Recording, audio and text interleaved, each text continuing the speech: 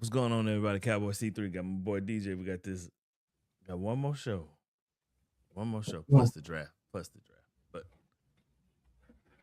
one thing they can't say is they can't say we not punctual. We are right on time. We are right on time. I guess we talk about the big uglies today. Man, let's go get them. Let's go get them trenches. Yeah, let's go get them. Let's talk about it right here on Cowboy Spit. Here we go! Yeah, here we go! Wait, take Cowboy Spit. Throws back of the end zone. There's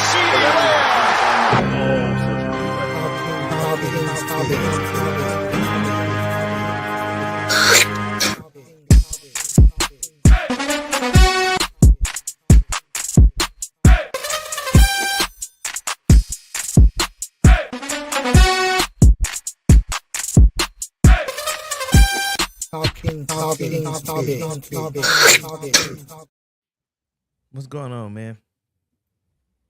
Hey, another day. Let's go get them. Got and we almost there, though. We got 3 more days, man. Hey. 2 days. Hey.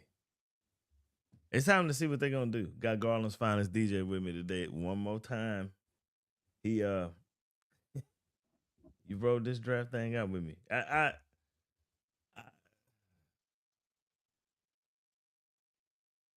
I'm interested to see what happens if the rumors are true, if they're really trying to make a move, or are they perfectly content with where they are, and will they reach at the 20th pick for just a positional need, even if you draft them out of order, like you draft a player that's projected to be a second rounder, you draft them in the first round just because of where you're drafting. Like, will they take that, or will they take the best play on the board? We'll see. Man, at the end of the day, man, that's a Schottenheimer. I solidly see that, man, going in there and taking the best player on the board. If you're at 20, if you're stuck at 20, right? Mm-hmm. And you have no trade partners that want to trade up with you to come and get somebody that they are really wanting, and everybody kind of views that 20th pick as reach. Mm-hmm. Go throw you a wild card and just get the best player on the board and just see where it lies in your roster, in your locker room. I don't have a problem with it. I mean, I guess for me, it depends on what player that is. There are some players that I think would be worth it. There are some players that I think won't be. But anyway, Cowboy news. Biggest news, they signed their best player. True story. Brandon Aubrey, 4 years, $28 million, pay him $7 million a year. What you think about that? When he can kick a field goal from the start at their world, I mean, hey, you just got to put the ball on the field. You can't turn over. I'd have paid him 10. Dude is a weapon. He is a weapon. You get to the 50, you're in field goal range. Listen, it's too many teams that win by only kicking field goals. And that's a big game plan these days. Yep. It ain't like when we was playing, man. It's like we valued scoring touchdowns. Right. You know what I'm saying? Like, there's players out here these days that they don't really care. I guess Tom Brady ruined it for the league with, trying to only win by 3 points, win by 1 point. Right. No, a win is a win. A win is a win. So, I mean, they can kick 8 field goals in the game and beat you 24-0. Yeah. I mean, the thing about it is they'll line this dude up from 60 in a heartbeat. I'm telling you. Won't even think about it. That's a blessing, man. Like you don't have that. Every team don't have that, right? You better ask the Ravens about that. Yeah. I mean, it's a sharp fall off between Justin Tucker and who's over there now? Jay Tuck was the man. He what? Yeah. He just got old. You know what I'm saying? He got That's it. I mean, these kickers, man, they come automatic kickers like Vinatieri, like Right. Gostkowski, like Right. this guy, Brandon. Yeah. You have to. You have to, man. Yeah, I mean, I knew that they were gonna sign him from the beginning when they said the only way you can get him is if you give us a second round pick. Like nobody's gonna pay give up a second round pick for a kicker. Not at all. I would have But if strongly they know what's considered good it, for him, they would. Yeah, I was gonna say I was about to I say would have strongly considered it. I would have been like, man, shit. I don't know. But yeah, 4 years, 28 million, 7 million a year. I mean, hey, why not? Hey. Okay. So less than an hour ago, Arlington City Council approves to extend the Dallas Cowboy lease through 2055. Cowboys generate about $324 million in annual economic impact in the city of Arlington. And so from 2026 to 2055, they estimate $9.7 billion for the Arlington economy. So yeah, I mean it just makes sense. I mean that was a no-brainer. Yeah, they weren't going nowhere anyway. I mean, where not were they gonna go? Gonna pick up our stadium and move down the street? Like that's not gonna happen. Yeah, they gonna move back to early. There's nothing on that land. You know that, right? I saw it. It's a field now. It's crazy. Yeah. So the Mavericks, that was the discussion. Do you know where the Mavericks are talking about playing now? Mm-mm. There's 2 locations that they strongly consider. Old Valley View Mall. Oh my goodness. And Old Stonebriar Mall in Plano. Hey, what's going on with the mall? It's just these big plots of land with nothing on them. You know what I mean? So Valley View Mall is gone. There's absolutely nothing. Stonebriar is there. Stonebriar is still there, but it's just it's just there. Yeah.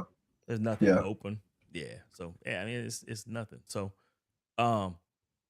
they're not really loving either one of them locations by way of the traffic. No, the especially Old Valley View Mall. That's horrible. Horrible. But City Hall is still sort of in play, but Dallas has already stated that they want to rebuild City Hall and make, keep City Hall building the way that it is. So, you're talking about these old mall sites, but Stonebriar, I mean, that's the tollway. Tollway, you already know how the tollway is, but 635 and Mumford, come on, man, that's crazy. Yeah. That's crazy. That you never get there. You better leave never now if they play tomorrow. You ain't lying, for real. Yeah, for real. Crazy. So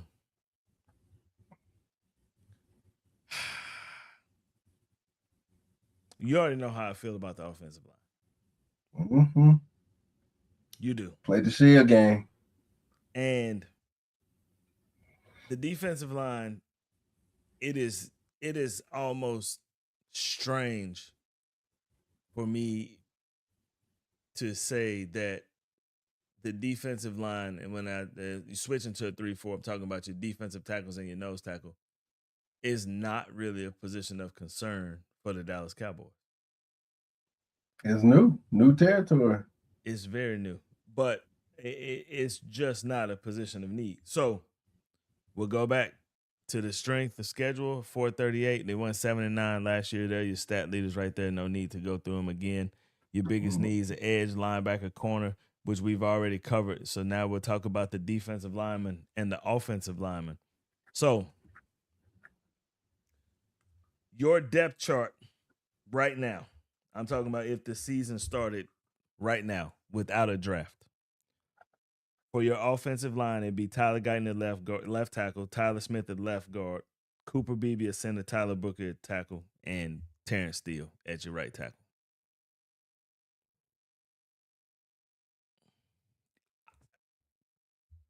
The only one that concerns me is Terrence Steele.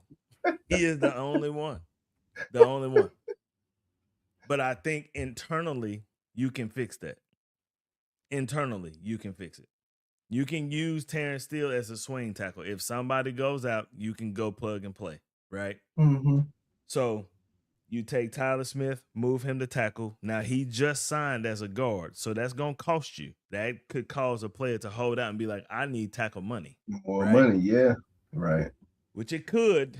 That is something that you would have to, that you would have to have that discussion with him and his agent, switching him positions like now before you would even do this, right?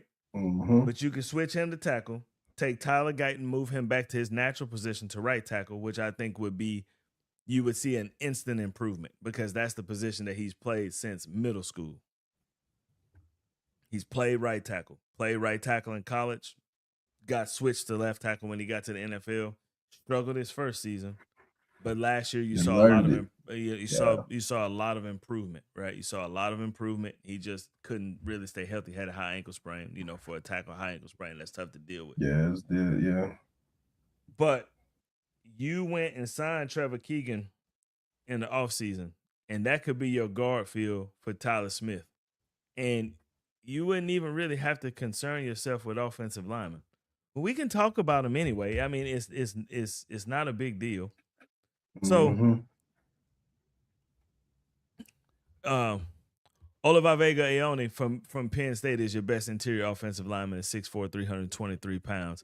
Keelan Rutledge from Georgia Tech, Basantis from Texas A&M, and Connor Lew from Auburn kind of round out. That's your top 4. Trey Zuin from A&M rounds out the top 5. And you're talking about players that are 15th ranked in the draft, 36th ranked in the draft, 39th ranked in the draft, 43 and 49. So you're talking about one first rounder potentially on this entire list. Mm-hmm. Everybody else you can get later on in the draft. So if you wanted to plug a guard into that place, you could get a guard in the 3rd round if that's something that you really feel like that you need, and move everybody around and have you a left guard competition between one of these rookies on this list and Trevor Keegan. And you could and I believe that you would have an offensive line that would be better than last year's offensive line. You shore up your left tackle spot because Tyler Guyton, he could be shaky or he's hurt, right? You shore that up with Tyler Smith. Tyler Smith, for the most part, has stayed healthy his entire NFL career. He's an all-world left guard. I mean, all-pro, Hall of Fame track. This dude is phenomenal. But if you move him to tackle, his first season in the NFL, he played left tackle, and he was a Pro Bowler as a rookie. First team Pro Bowler as a rookie. So you're talking about a guy that can do anything on the offensive line. So you can move him to left tackle. That shores that up where Dak don't even have to look over there. You don't have to worry about it because this dude's not going to get beat. Don't matter who you line up against him, is not going to beat him. Myles Garrett, don't matter. You can line him up against Tyler Smith. He's not going to get beat. Yeah, because he got the athleticism from the inside. He does. And the thing about it is that he don't mind pulling. He can do a lot of things. Trevor Keegan is a pulling guard as well. You understand what I'm saying? You didn't have that a lot when you had your old offensive line with and I can't even remember big dude's name. But you have versatility where you can move your left tackle or your left guard to left tackle and your right tackle, your left tackle to right tackle. And I think that would fix the issues that you have. The reason that Dak was successful last year is because most of the pressure was coming from his right side. He could see it coming, so he could get rid of the ball.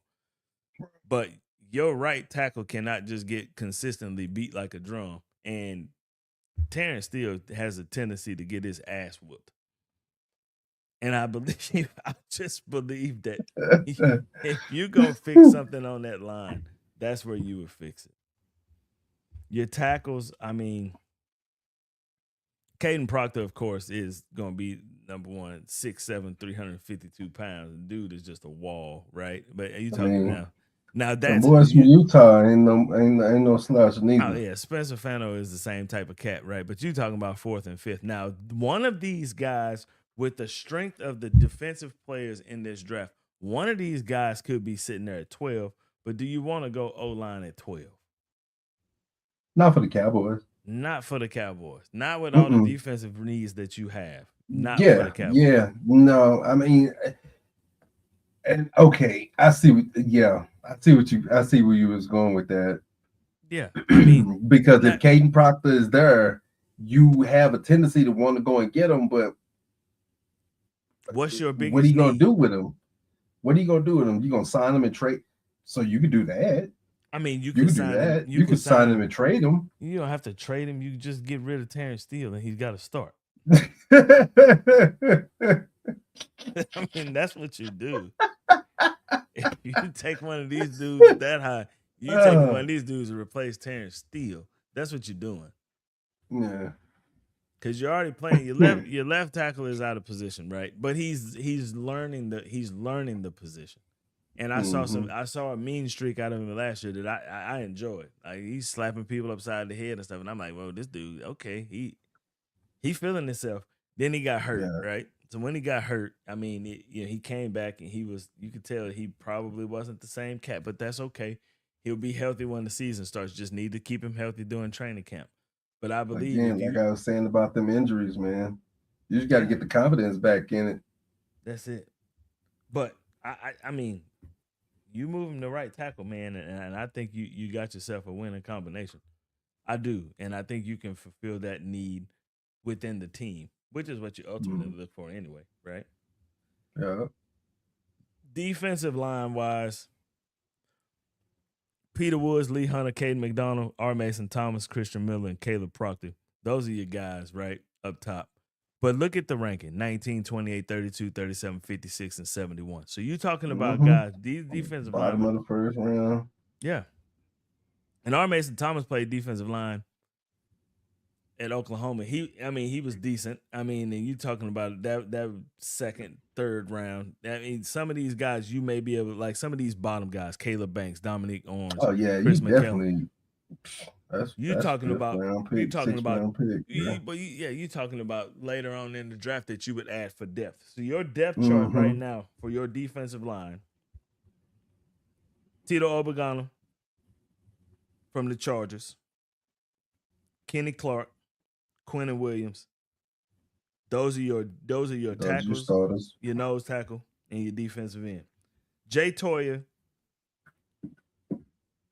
would be your backup nose tackle, which I think Jay Toya is going to have a big season. I think he's going to play. Adi Odele, another guy that will come in and play. They don't have a terrible amount of depth, so anything that you add, and Jonathan Bullitt, any one of these guys that you add now, you're going to add them for depth. That's what you're adding for. They're not like with Quentin Williams, Kenny Clark, and we're not talking about them seeing a whole lot of game. But you can rotate. Or injuries, right? Right. Even though Quentin Williams has been known to stay on the field, but Kenny Clark as well. They don't come off the field. But things happen in the trenches, though. You got to rotate them. You have to. Yeah. You got to keep them fresh. But so you need some guys that you can plug into that you can trust, right? That you can plug in, not gonna give up big plays while my main guys get a breather, right? And that's natural. But I think Jay Toya will be that rotational player this year. And Jay Toya, I look for him to have a I'm not talking about like a all-world phenomenal, but I look for him to have a breakout season for him to be a valuable part of this defense. I mean, like we're saying, they don't really come off the field a whole lot. So when you asking for somebody to come in to give them a breather, you asking for what? 2 plays, 3 plays? Maybe a drive. Come on, man. A drive, hell. No, we're talking about 2-3 plays, bro. No, sir. Because the drop off is too steep, man. If Agreed. the drop off, if the drop off was less, then I could give them, all right, cool. You go ahead and take you a series. But I think Jay Toya will earn himself into earning series this season. Is that a word? Series? He will earn himself a series. Series. A series. Okay. I'll take that. I don't know if it is or not. We up here making up words. Let's go get it. But hey, so I just don't think that the trenches this season for this draft will be a humongous that the Cowboys would see it as a huge position of need. Like, this is a necessity. We have to go get a defensive tackle, or we have to go get an offensive lineman. Because, like I said, I think that these are things that you can fix within the team, or these are guys that you're going to put in later on in the draft that's going to come in and be bodies that, give people breathers. I mean, agreed. Like, they're not going to see it as much of a need, but again, you got to know who your boss is. Brian Schottenheimer back there. I'm just saying, man, it is what it is. The boy likes to throw. He likes his offense. He's a Schottenheimer. You know what I'm saying? So if there is a decent offensive player down there somewhere that's digging around and have slid in the draft, and for some dumb reason he's available in the third round, I'm not even putting a name on a I'm not even putting a face to it right now. I'm just saying, hypothetically speaking, even though all of the needs was really on the defensive side of the ball and not about defensive tackle. So we talking about the fringe of that defense. He probably wouldn't be like, well, I could probably get this guy with a more impact on my team than this knucklehead cornerback that I really need, but I want this guy. Give me the offensive dude. That's just how I see it going. I tell you what Jerry said this week. I think he said it yesterday. I believe so. We really don't have time for players to have redshirt seasons on the defensive side of the ball. Mm-hmm. There goes your corner. They ain't gonna take him. They're not gonna take him. No. For all the reasons that we have drummed about. Yes, they're not gonna take him. No. So, Jamar McCoy, I think, is off the board. Unless he slides down to second, maybe third round. You don't even have a second round pick, so you don't have to worry about that. But if he slides, They would though if they made that trade. And we'll see what happens. One of them picks is gonna get traded, bro. One of them picks is getting out of there. I think it's 20. And if it's 20, they're going down to get them something in the second round. And if he's there in the second round, even if it's at the beginning of the second round, you snap it. I don't think so. Man, absolutely. I need a linebacker, but worse than I need a corner. I do. Not with the playmaking ability that Jamar McCoy has. Nope. I don't know if that knee is right. I get that. The biggest thing that I've heard people say within the last couple of days was, it's not even the fact that it's right. It's the fact that how long is his pro career going to last with this knee? As a corner. Yep. So I don't think he's there. I don't think you take him at all. No time for redshirt seasons. You had that last year. I don't think you repeat this. Like, you can't keep repeating the same mistakes over and over again. You can't. And I'm not saying that's the definition of stupidity. Yeah. I mean, expecting different results. Do the same thing and expect different results. Shavon Reveal, you might get lucky, right? Because he might be fully recovered. And we'll see. I mean, you can see him progressing, getting better last year. So I believe he'll be fully recovered. But I just think that this one might be a little bit different. And I don't think you can take that risk. I just don't think you can. Now, that dude could come out and be an all-pro corner for years and years, but I just don't think I would be willing to. The risk versus reward is not that great. Especially not when they need them edges.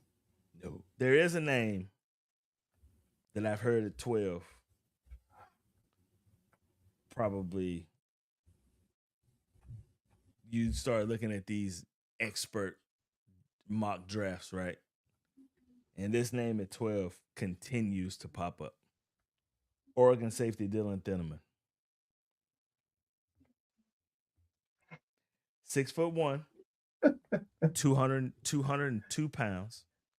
He ran a 4.3 5.40. No, I get it. I know. Your safeties right now, I mean, you went and got 2, right? But your starting safeties right now, if the season was to start now, on paper, your starting safeties would be Jalen Thompson and Malik Hooker. Is he better than Malik Hooker?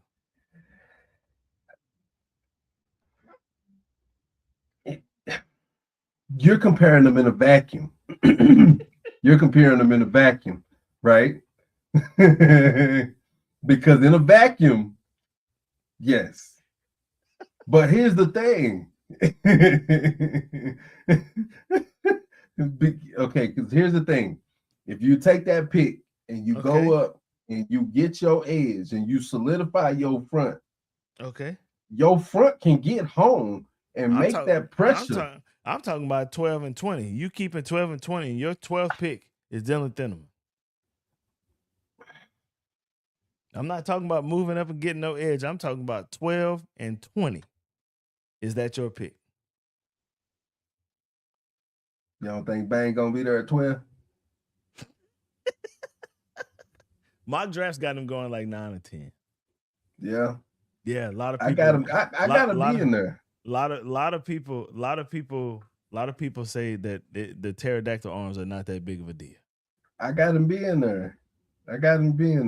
And I think the Cowboys stamp on him. With that being said, like I'm saying, with that front being what it is, with your front playing against Jaden Daniels, Jalen Hurts that's being forced to play under center, and well, he's not gonna have AJ Brown because word on the street is AJ Brown going to be a Patriot. After June 1st, gonna flip them receivers, gonna throw him booty, throw them some booty, get him out of here. Hey man, your best receiver now on your team is 5'11", 145 pounds. Slim Reaper. He cold though. Don't get me wrong. He is. Don't get me wrong. But you take AJ. Look at what happened to Travis Hunter. Listen, you take AJ Brown out of that equation, and the Eagles have a receiver problem. Yeah. So yeah, I guess they know that too, though. They know that too. They're gonna go up and get him one. Now you're putting Saquon. You're putting Saquon in the same predicament that he was in New York. In New York, ain't that something? But you got your chip though. You do. You got one. Can never take that away from you. And you literally, they rode you all the way to the championship. Man, them and Madden. Yeah. I mean, listen, I don't have a problem with the Thinneman pick. I don't. Strictly because he gives you a ball hawk, fast safety that does not mind stepping up and playing the run. And you have to have something. You know what I mean? Like something. And he gives you a bit of dynamic. He gives you a dynamic edge that you don't have, especially with Malik Hooker as safety. But I think it fits the 20th pick and not the 12th. I don't know if he'll be around at 20, but I mean, no. If it's Ruben Bain or Dylan Thinneman, I'm taking Ruben Bain. You understand what I'm saying? Like I would have to do that. But if the top players in the draft are gone, right, and Caleb Downs is gone, right, then okay, I consider this pick. But there's some variables that have to happen in order for me to consider this pick. If somebody like Ruben Bain or Caleb Downs is sitting there at 12, I'm taking one of them. I have to, right? Yeah, because with Caleb Downs, you get a corner that has moved to safety, so you get a dude that can cover. He's a little bit light in the ass too, but he's a football player. I was about to say. Now, I'm not saying that Dylan Thinneman get you a couple seasons, man, on that off-season workout. Yeah, and drink that special Gatorade. And I'm not saying that Dylan Thieneman is not a ball player, because he is, and he's got great range. He get after the football. You know, everybody talks about how high his football IQ is, and that's great, right? And I get it, I understand. But Caleb Downs is Caleb Downs, and Ruben Bain is Ruben Bain, and yeah, that's what I need. There's been another name at 12 that kind of goes with what you've been saying about Schottenheimer. I would not be surprised. The last time that the Dallas Cowboys absolutely 1,000% needed a defender in the first round, they took CD Lamb. So what if Cornell if Cornell is sitting there at 12? Bye, George. Damn. Bye, George.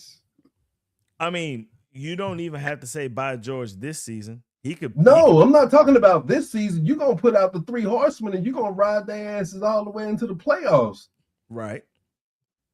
But next year, we are not worried about making a play for you in your inflated contract that you're commanding. Because we got this other guy that's on a rookie deal right now. Bye, George. Go and be your number 1 receiver to somebody else. That's what you want, right? Cornell ran a 4.56, but I seen the dude play. He don't play like a 4.56. That's what I'm saying. I'm not really worried about these stats, these pro day stats, man. Come on. When that whistle blew and you didn't take off as fast as somebody, man, come on, man. What are we talking about? It's so many defensive needs, though. Even if he is there, I don't think you can take him.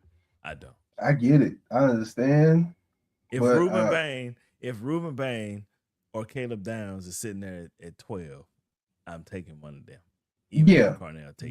No, 100%, 100%. But it wouldn't surprise me if he did so, because his philosophy is, okay, so we giving up 40 points, we gonna score 60. Yeah. I mean, I tell me I'm wrong. I just don't. And last year it seemed that way. It did, because their defense was horrendous. And I don't know if I let Matt Eberflus call the defense as long as I let him call it. No, Flus was terrible.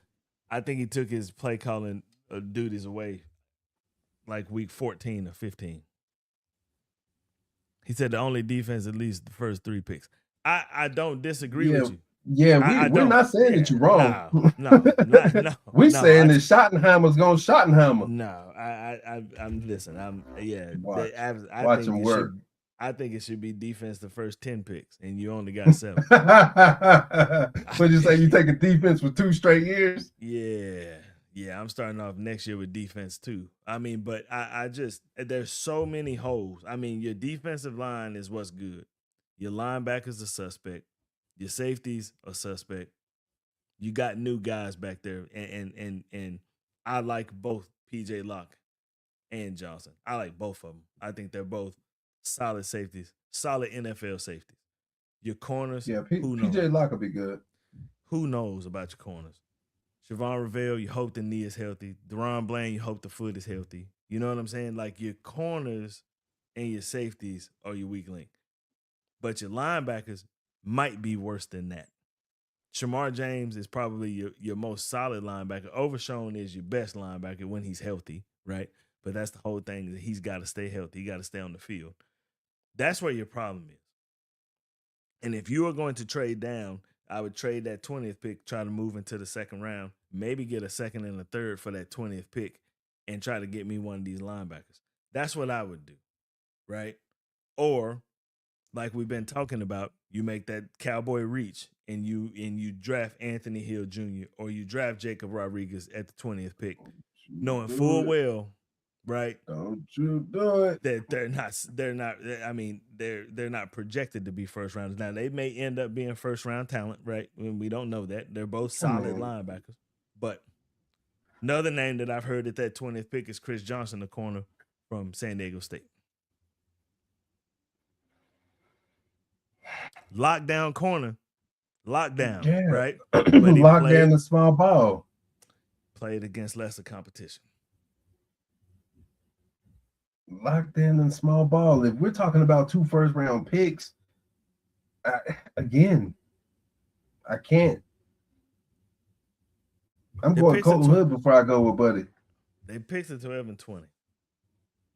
That's what they got. I can't see that 20th pick being useful for anything other than trade bait, honestly. They was already talking about there being a ton of first-round trades. And I see that this is going to be one of them. They said that there might be more trades in this draft than ever before. Ever before, yep. So, yeah, I mean, I'm not, me personally, I would not draft. I wouldn't even look at an offensive player for the first. No. In good conscience, I couldn't. Even being an offensive player, I couldn't. Because, your defense is so trash. Now, there is one person that if he was available at 12, I would take no matter what. Who? Jeremiah Love. I was about to.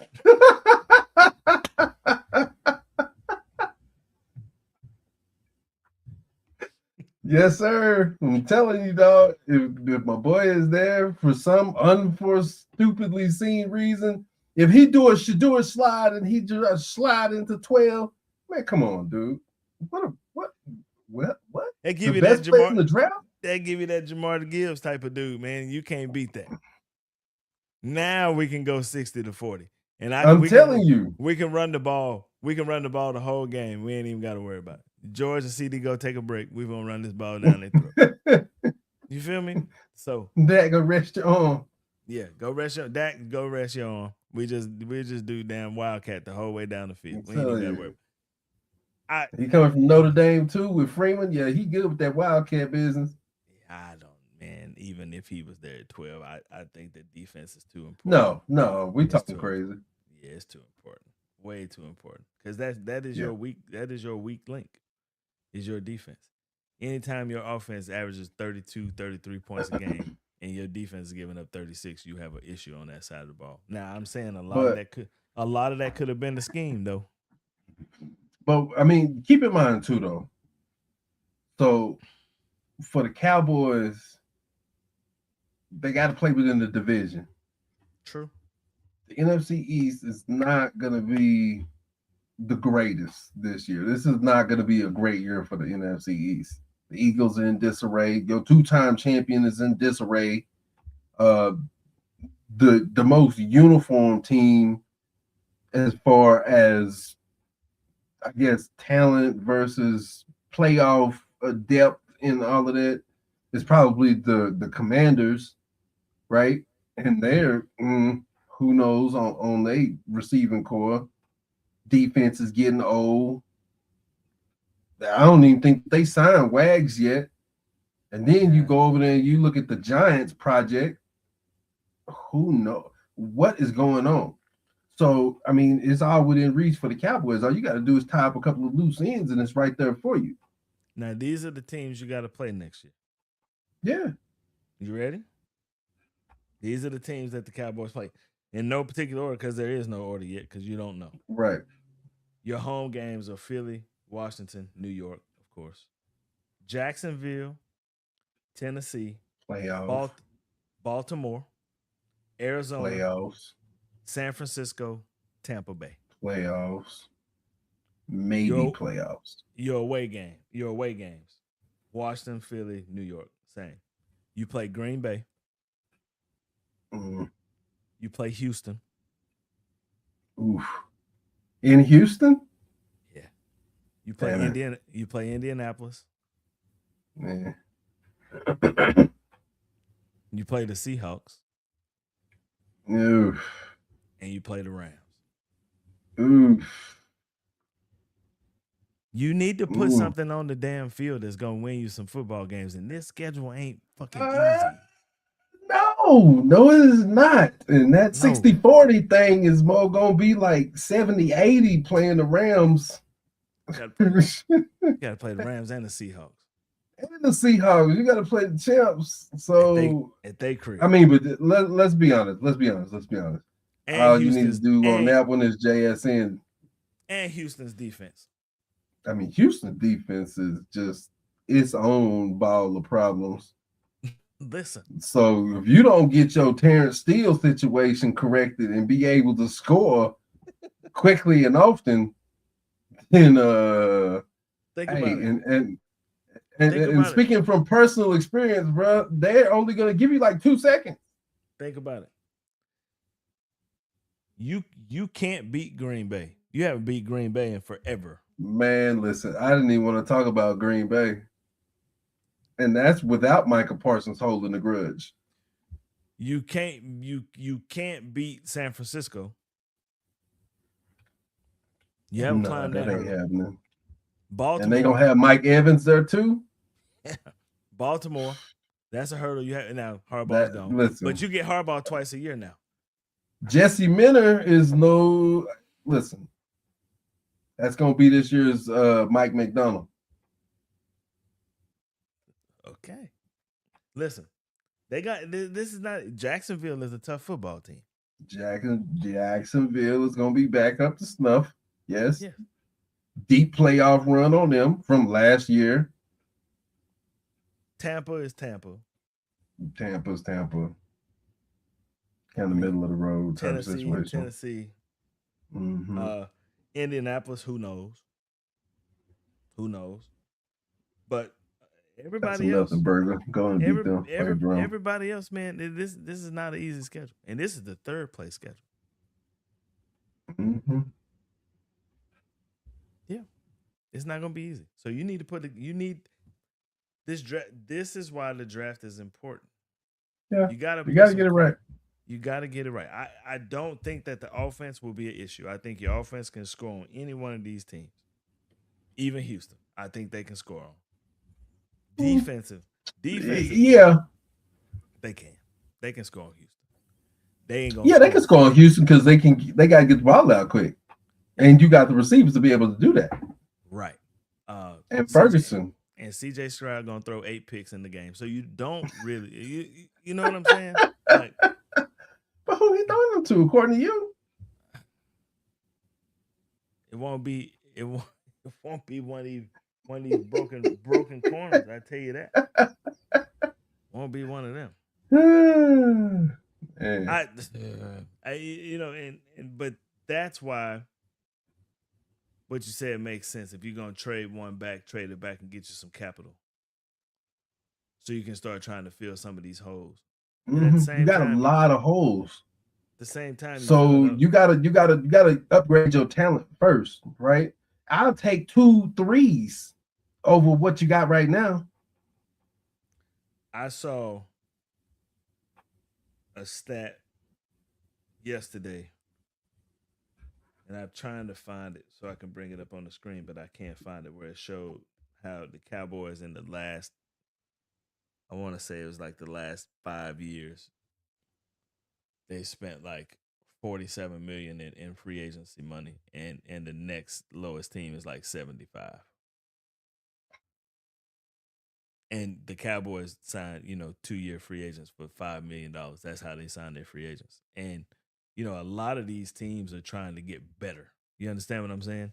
Yeah. Mm-hmm. They got a wild ass schedule, buddy. It's wild. And they it is wild.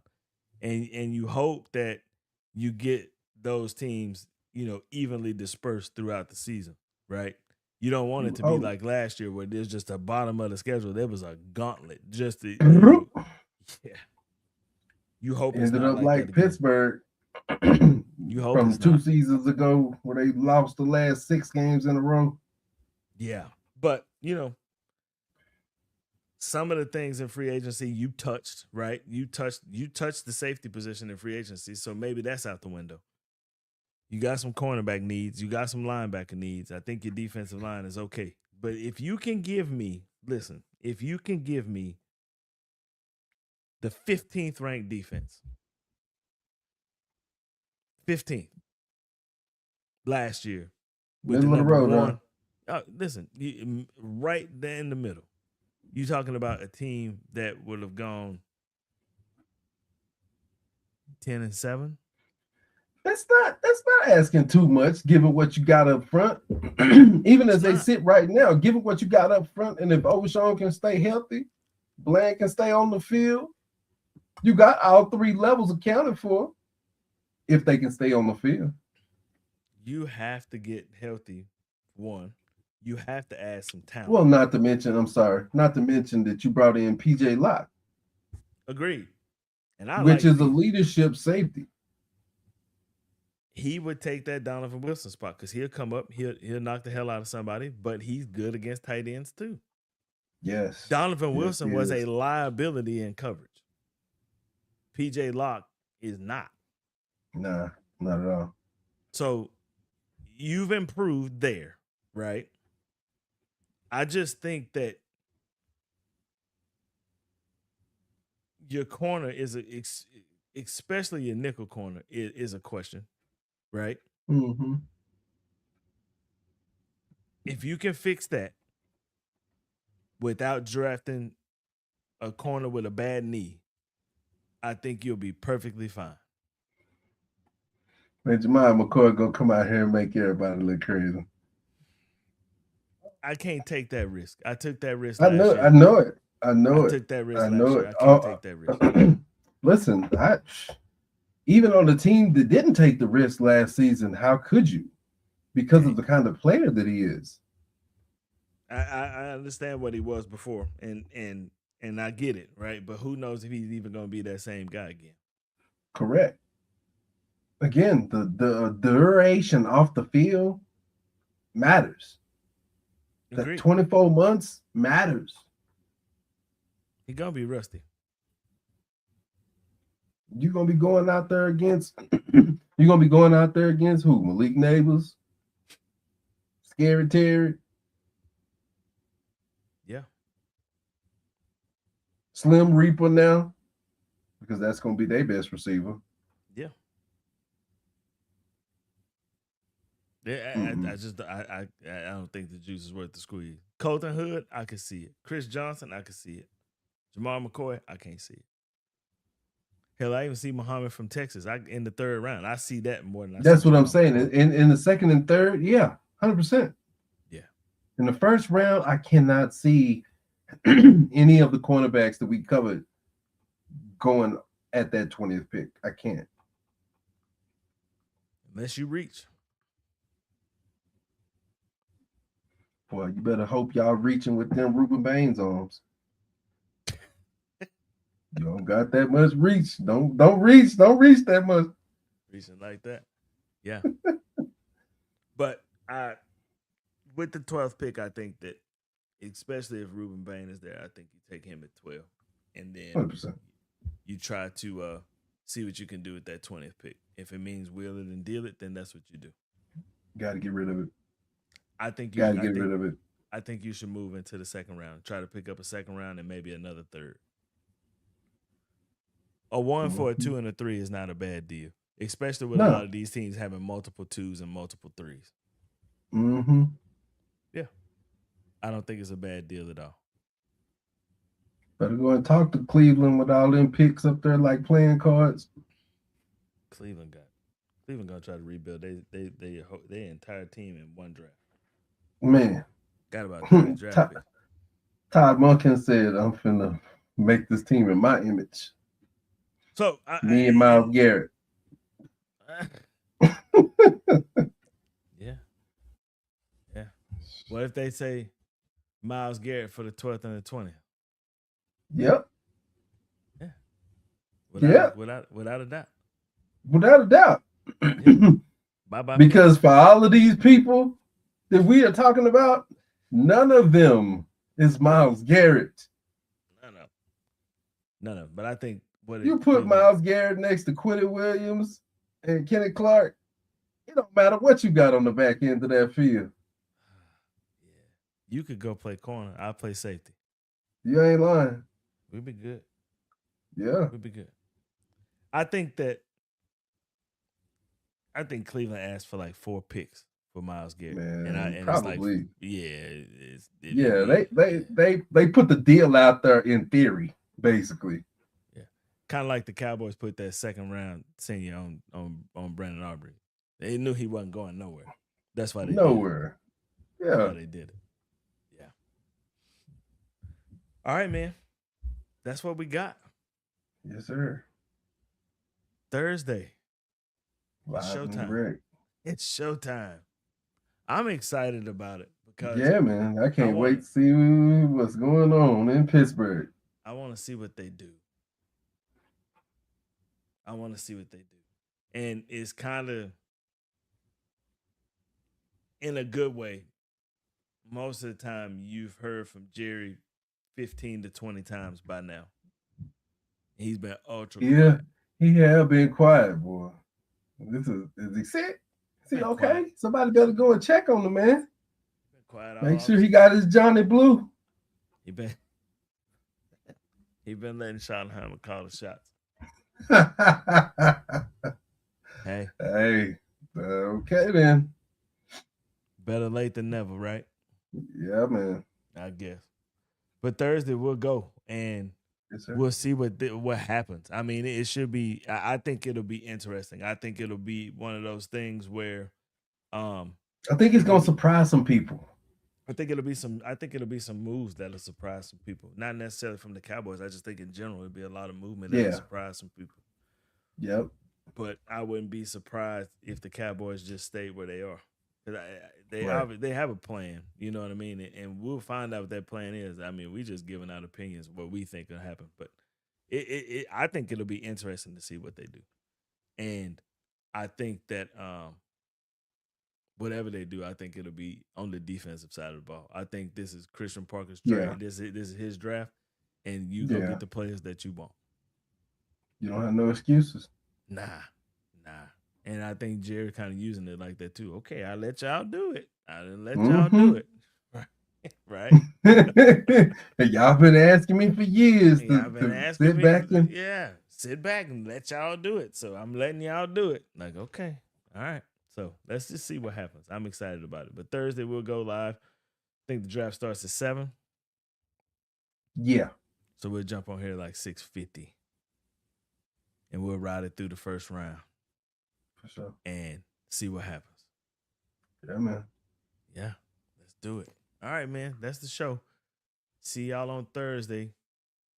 It's the draft, man. It's the draft. They done stopped all the hockey playoff games to stop. NBA playoff games to stop. Everybody stop for this damn draft. Let's just see what happens. Center stage, see man. What happens. Prime time.